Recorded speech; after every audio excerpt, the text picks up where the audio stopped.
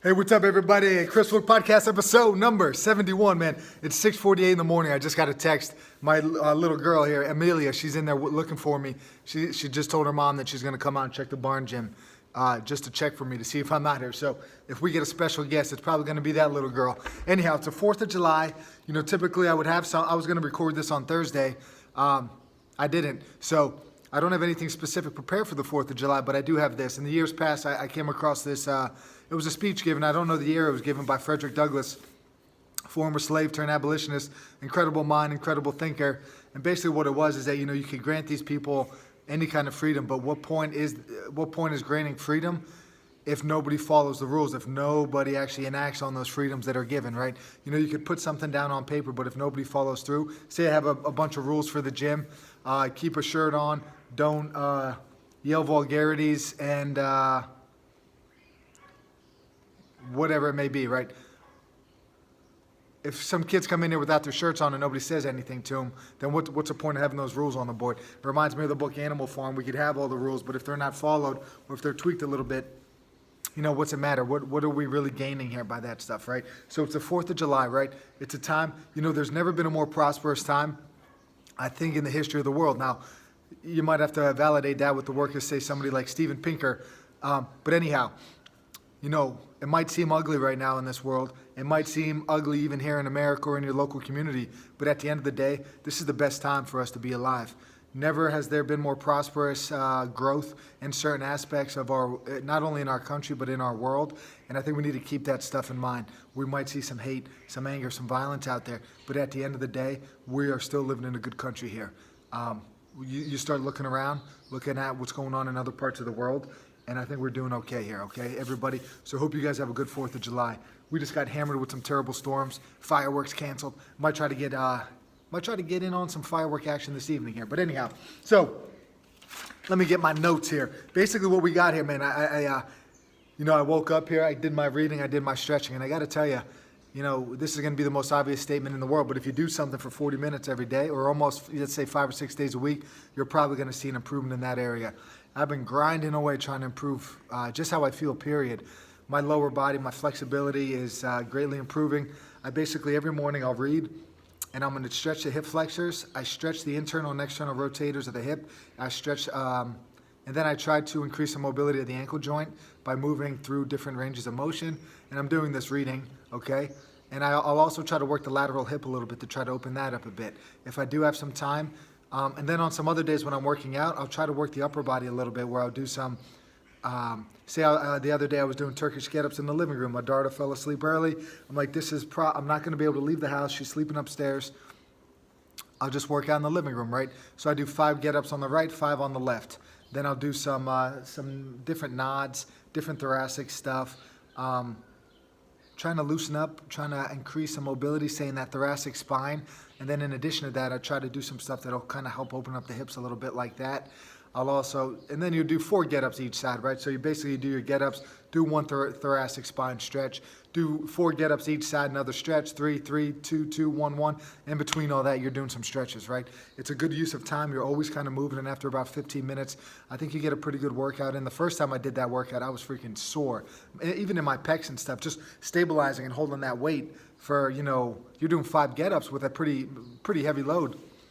I don't know, it's probably a good 40 to 60 seconds of stabilizing. So those little muscle groups, man, they were so sore. But anyhow, that's what I'm trying to do, man. I'm trying to get I'm trying to not cut out the fluff, right? I just want to really stay sharp with whatever I'm doing, work on the mobility, make sure I'm mobile enough, make sure I don't have any kind of pain, make sure that I am able to maintain a certain level of strength, and then just keep moving forward here. And one way that I have been trying to stay pain-free, man, I try to incorporate running back in the plan. Just like 15 minutes ago, I finished my little morning walk here where I put on a 40-pound ruck vest and walk a mile here at the farm on our trail. Basically, we got a 0.2 of a mile loop. I just hit that thing 5 times. The plan is to expand that a little bit, but that's down the road, right? So anyhow, I was running. Next thing you know, I'm getting this terrible pain. It's underneath the pelvis, basically. I'm pretty sure if I had to pinpoint it, it's that psoas muscle, right? So it's deep in there. It's like you would have to take these 2 fingers and like curl around the pelvic bone just to get in there to kind of feel where that tension is. It's happened to me in the past where it's almost debilitating, where I would take a step and I would like buckle over, almost fall, and like it's like a terrible sharp pain in there where when you go flex your hips, you feel that. And anyhow, so I'm like, you know what, man, this long distance running, I've learned these lessons in the past. I'm just not going to do it right now. I'm sorry. I tried to give it a shot. Now, what are my options? I could slowly build into this thing and slowly increase distance, but I'm like, you know what? The whole mission of this year for me was to find things that I could do over the course of a life. And I'm like, when I'm 65, I don't think I'm going to be running 4 miles, a hilly 4 miles, right? No matter how much I would love to be able to go out for a nice run here, we have this wonderful, like 4-mile loop that is just vicious with hills. You know, if it's going to leave me beat up for a few days, it might not be worth it. Anyhow, I'm running some hills. I set the timer for 15 minutes. So basically what I'm doing here, this guy David Sinclair, he's all about longevity and how to increase your lifespan, quality of years, right? You know, if you're 50, you should be maybe capable of doing what the average 30-year-old might do, right? Your biological age versus basically chronological age, I guess, right? Taking care of yourself and being healthy and feeling good and having those good quality years, right? He said this, you know, 15 minutes of conditioning a few times a week where you get your heart rate going, in his opinion, right? Not my opinion, not anything, but this is the one man's opinion who's very wise, but still, it's one man, right? 15 minutes. So I set a timer for 15 minutes. I run about 3/4 speed up this little incline that we have here, which is not even, I mean, it's like 80, I don't know, 75 yards maybe of an incline run. Then I walk back down. And I repeat that for as many times as I feel like doing over the course of 15 minutes. And then I would say 3 to 5 mornings now. I'm trying this out for the month of July. I'm putting the rucksack on and trying to walk, all right? I'm probably going to, 3 to 5 is probably a reasonable place to be. But I'm going to try to up that a little bit and try to get in that 4 to 6 range and then maybe try to get in the 5 and 7 range. But anyhow, that's what I'm doing for conditioning without weights. Conditioning with weights, oh yeah, the birds are coming out. Conditioning with weights, kettlebells, man. Kettlebell clean and presses, I'm putting in a lot of work, a lot of volume with that exercise. I'm also doing kettlebell snatches, kettlebell swings. Yesterday, I went after it, man. I tried the kettlebell snatch test, which is basically 100 reps in 5 minutes, right? It doesn't really matter how you do it, 50 right, 50 left. You can do 100 on the right. You can do 75 left, 25 right. The goal is to just get 100 reps. So how I broke this thing down is I did 10 right, 10 left, 10 right, 10 left. Then I took a break. Then I came back and did 15 right, 15 left, 15 right, 15 left. I finished up at about 4 minutes and 40 seconds. I didn't feel like I was going to vomit. I didn't tear blisters off my hands. I wasn't even in concern of making it in time, which is the first time that that's ever happened to me. So the hill running, I think, is helping. All of the volume from the clean and presses is helping. So you got to keep that in mind when you are conditioning yourself. If you're conditioning yourself to run, you could still train your lungs and your heart on the bike or in the pool, okay?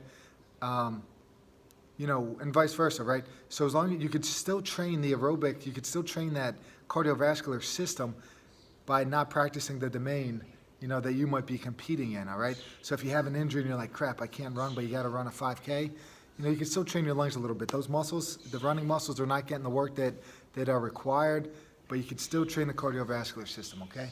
So keep that in mind when you're moving forward here. So take care of your bodies, guys. You don't want to be limping around. Like, I could go run that 4-mile loop, but if I'm going to be hurting for 3 to 4 days, that might affect my future training, right? So I got to be smart. You got to be diligent. Maybe I did too much too soon. Who knows, right? That's human nature. Anyway, with me, it is. But so moving forward, man, every day, just get out, get moving, challenge yourself, have different phases throughout the course of the year. I'm going strictly kettlebells in the summer. Throughout the year, I'm doing some barbell work, things like that. But you know what? Summertime, man, I got the kettlebells on the front porch. We got kettlebells in the barn here at the gym. And, you know, whenever I can sneak in a workout, I'm sneaking in a workout, all right? Whether it's in our front yard or whether or not my daughter goes to bed early and I'm in the living room doing a bunch of Turkish get-ups, all right? You know, be reasonable with your schedule, all right? Know those busy times of year, and know when you do have those busy times, you know, you might just have to alter your training, okay? And then when the stars align and you actually have some good time to train, maybe that's when you ramp it up and hit it pretty good, right? But those periods might only be 2 or 3 times a year. You can't just keep grinding and, you know, I think it's wise to kind of have these waves. It keeps you mentally sane and it challenges your body in different ways. And I think that's pretty much the benefit. That's pretty much what our goal is for life here, right? Stay fresh mentally and physically. Try to make some improvements in different areas. Wherever your gaps are, those gaps, if I take a break from doing barbell clean, say, when I get back into it, that gap's not going to be too huge, right? I'm going to be able to get back into it and hopefully get back to right where I left off after 2 to 3 weeks of reacclimating myself, right? Don't lose hope and say, I haven't deadlifted in 6 months because I was doing kettlebells. It's all right. You're doing kettlebells. You're still hinging at the hips. You're still working that posterior chain, all right, that everybody seems to love to talk about, right? Not going to talk about that in this podcast, but we'll be getting after that thought process a little bit, right? So that's one thing we got going on here. I'm conditioning a little bit differently. We got the 4th of July. I opened this up, man. Aliens or ghosts? Which is more likely to occur? You should hear the messages I get here. I gotta tally this stuff up, and it's both. We can't be the only ones that exist, or ghosts definitely. It's amazing what people think, right? Let's just say none of that stuff does exist, but smart people, man, they're really into this stuff, right? They want to believe this stuff. I mean, the one guy was like, we're all interdimensional beings, and I was just like, I'm not so sure where you're going with that one. Interdimensional beings. Somebody was like, there's an infinite amount of galaxies. I don't know what they said, an infinite amount of galaxies. So that means there's an infinite amount of possibilities. I've heard this debate before, this talk before. Kind of blows my mind a little bit, but I do have a ghost story, I think, once. Maybe more than once, I don't know. But anyhow, actually, you know what? If you want to believe ghosts exist, man, I was in college. We lived in this old place on Center Street. Shout out to my old roommates, man. Mike Ferg, Christian, Petey, Hamlet, Wonderland, TC, the original TC.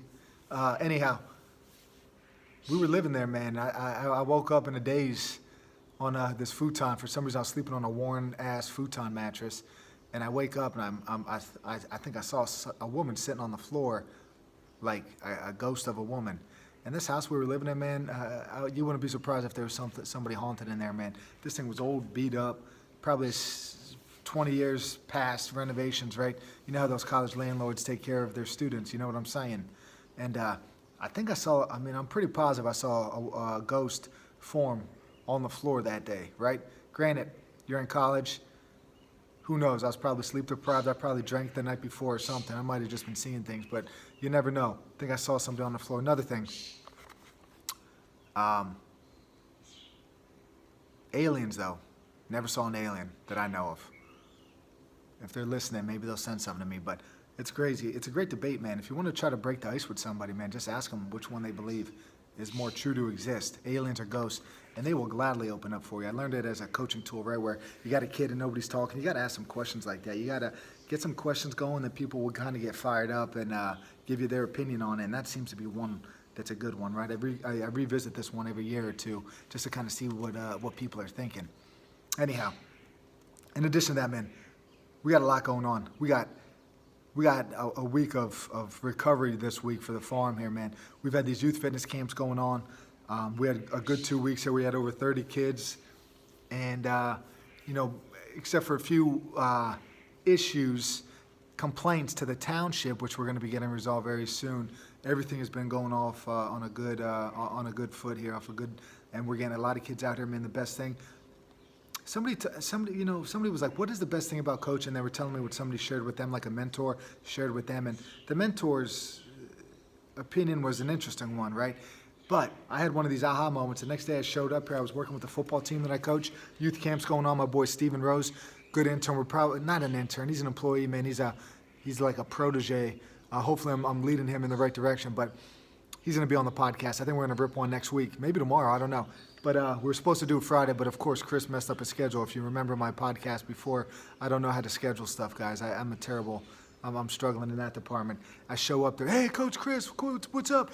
I did my bear crawls today. I did all the broad jumps. Hey, I was able to do that. And I was like, this is the best thing about coaching. You get these 10, 11, 12-year-olds that they love the guys that are helping them work.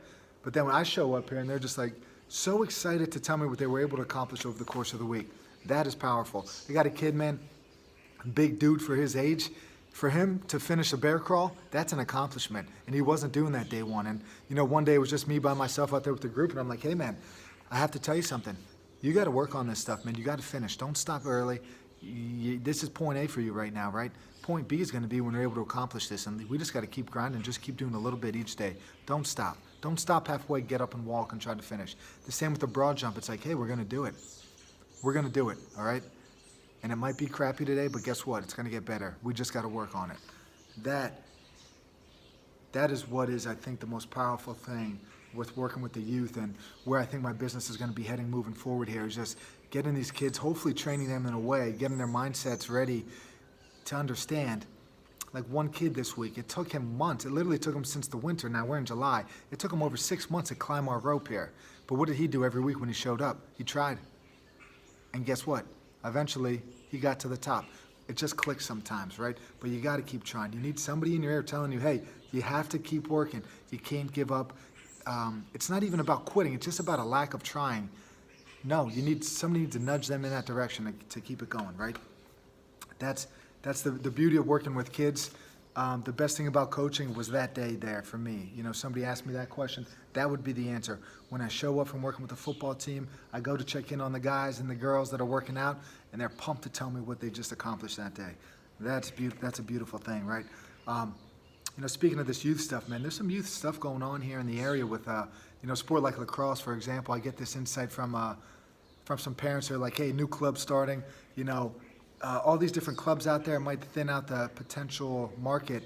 But my thought on this is that the more clubs, the merrier. The more kids that you get playing sports, say it is a thing like lacrosse, right? So you get more girls playing lacrosse in this area where the sport's only like 10 to 15 years.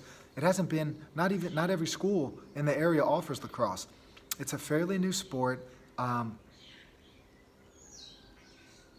And the level of play, when we look at our area, which is about an hour outside of Philly, compared to the Philly schools, our area gets smoked every year by Philly. So what do we need to do? We need to, if we're going at the grassroots level, which I think is the right level to go, we did this when I was coaching middle school wrestling. The goal was this, get as many kids out for the sport, all right? One or two of those, say you get 6 new kids, 1 or 2 of those kids is going to start for you down the road. So what do? You get as many kids playing, let's say boys, girls, it doesn't matter. The more the more teams that you have, the more kids that play that sport, right? And then from there, more kids playing, the improvements we're going to see in the game locally, right? Because competition brings out the best of you. I coach football at a small-ish school compared to the next classification up. We have one guy, right? Our depth is low. It's like if we have a quarterback, we might have one other quarterback, right? That might push the guy a little bit, right? But most years it's not that. It's a clear-cut 1 and a clear-cut 2. Where you go to another school, one of these 6A schools here in Pennsylvania, they might have 5 or 6 quarterbacks. And if you don't bring your A game, that guy behind you is going to take it. At the smaller schools, we don't have that. They don't have the competition, right, in camp to push those kids. So what do we do at the local level here, at the youth level, when we're talking about a sport? You get more kids playing, competition is going to improve. And what does competition do? It brings out the best or the worst in you, right? If we're able to raise our level of play at the young level, hopefully over time, right? This is going to take 5 years, 10 years, whatever it may be. You might be able to get these kids to compete a little bit better with some of those big city schools. Like, you know, they might be able to go into Philadelphia and compete with some of those clubs that are in Philly. They might be able to go up to Long Island where lacrosse is king. And you might be able to compete with those schools. You know, they have decades in front of us in terms of training and systems, right? Doesn't matter. We could still work towards accomplishing what they're accomplishing, and it starts at that lower level, the grassroots level. And also, man, the more the merrier, right? Like I said with competition, let's say there's 5 clubs in the area. If you don't bring your A game, you're out, right? You're not going to have a club anymore. If you don't offer a good service, if you don't offer good coaching, if you don't offer something a little bit unique and different, you're going to be out, man. The competitors are just going to take your people, right? And you're going to be, you know, an assistant coach somewhere looking for work elsewhere. So I think that's good, right? Let's get more people playing sports, and if it involves more clubs and thinning out the market in the short term, in the long term, I think it's going to be a good thing, right? That's just my opinion, right? Everybody has their opinion. Anyhow, moving now. There's a few things here that I want to kind of finish up. I listened to an interesting podcast, Joe Rogan and Pierre Corey's a doctor, and Brett Weinstein. I think it was Brett, right? There's 2 brothers out there that do this kind of work, but I think it was Brett that did this. Anyhow, what they talked about is that there might be a drug out there that works really well. Pierre Corey uses this drug, ivermectin, let's just say, for example, and in his opinion, in his work, he's found that it really, really helps alleviate or treats serious COVID-19 stuff and even death. In his opinion, Listen, it's his opinion. He thinks that this could cure and this could treat this disease better than anything that exists. Ivermectin has been around for years. We use it with horses. It's a anti-parasite type of thing, right? Horses have it as a medication, right? I'm pretty sure right down below where I'm sitting, there's probably some ivermectin out there. So anyhow, the whole thing about this interview with these guys is I don't want to get into anti-government conspiracy, pharmaceutical company stuff, which is a potential legitimate threat, right?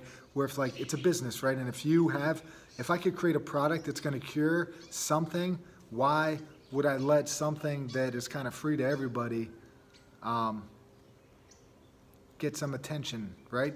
So there could be some conspiracy aspects to this, and I don't want to talk about that. But what I do want to talk about is that in this whole big, vast world that we have, with all the different medications out there, I think it's crazy, man. I think it's crazy and good that there's always just still going to be new discoveries. It's like this one medical treatment that we have, it didn't work for this, but guess what? It might work for that. So to test out these different drugs against these different diseases and viruses I think it's a pretty cool thing to find and to stumble upon. And also, in addition to that, I heard somebody, it's like imagine just somewhere out there, right? Somewhere in these African rainforests or out in the jungle somewhere, that there's some sort of plant, there's some sort of treatment somewhere, that might literally alleviate it. Some salve, something that you could put on your skin maybe or something like that could help alleviate certain things, right? Like there's stuff in this world that exists that we don't even know about. There's treatments out there that we don't even know about that would work for stuff. Which is the thing that kind of fascinates me with science, right? Is that like, you want to talk about interdimensional, infinite galaxies, right? With other stuff, with the aliens, there's really an infinite amount of possibilities that can occur, like in this world for us as human beings here, just with the vast resources that we do have. And I think it's kind of a crazy thing. But if you want to listen to it, it's Joe Rogan, it's Pierre Corey, it's Brett Weinstein. They discuss ivermectin. They discuss Corey and his group of doctors worldwide that they say they've had incredible success with using a drug like ivermectin to cure this stuff. I think you need to listen to it for yourself if you're interested in this. There might be a treatment out there that does exist, and it's always good to try to explore some stuff. We've done it down the road too. Doctors know what they know. Specialists know what they know. But I think you as a patient, as a client, as a whatever, hey, Emmy, you need to be...